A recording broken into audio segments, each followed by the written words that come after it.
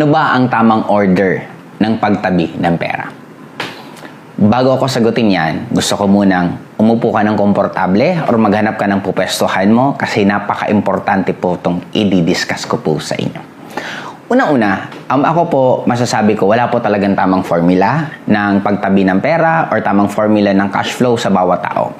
Kasi marami pong pagkakaiba-iba tayo, depende pamilyado ka ba o hindi, single ka ba or hindi. Ikukwento ko na lang po yung pananaw ko sa pag-handle ng pera, paano ako nagsimula at paano ko po narating kung nasaan man ako right now.